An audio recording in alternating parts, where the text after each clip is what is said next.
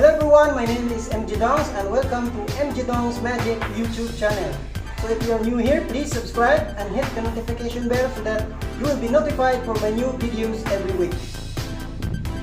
I'm going to show you how to escape from a handcuff.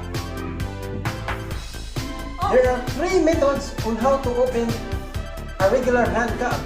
Number 1 is lock picking, number 2 is shimming, and number 3 is magic. Now for the first method, I'm going to demonstrate lock picking. But before that, I'm going to introduce first my lovely guest, atong tagaan sa masipang pakpak, Inday L.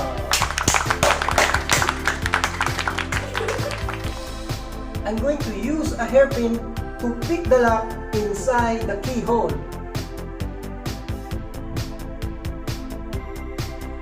Okay, watch this.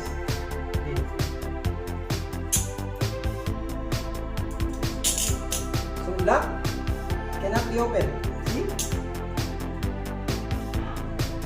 Now, to pick the lock, you have to insert the hairpin inside here, the keyhole. Now watch.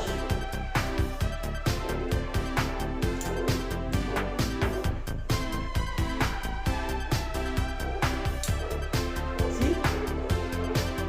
For the shimming, I also use a hairpin. But this time, I'm going to unlock the lock or engage the locking mechanism inside the entrance here. See? Okay, now I'll demonstrate. So open the lock here. See? See? Cannot be open, right? Now insert the hairpin inside here, the entrance. So this is the method. So you can see the hairpin is now inserted inside the entrance of the handcuff. Now watch this. See?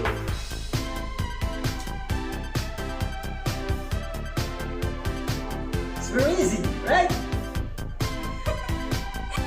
Okay, for the last method, I'm going to escape from this regular handcuff without using a key or a hairpin. Okay, so ladies and gentlemen, I'm going to escape this regular handcuff within 60 seconds. Watch this.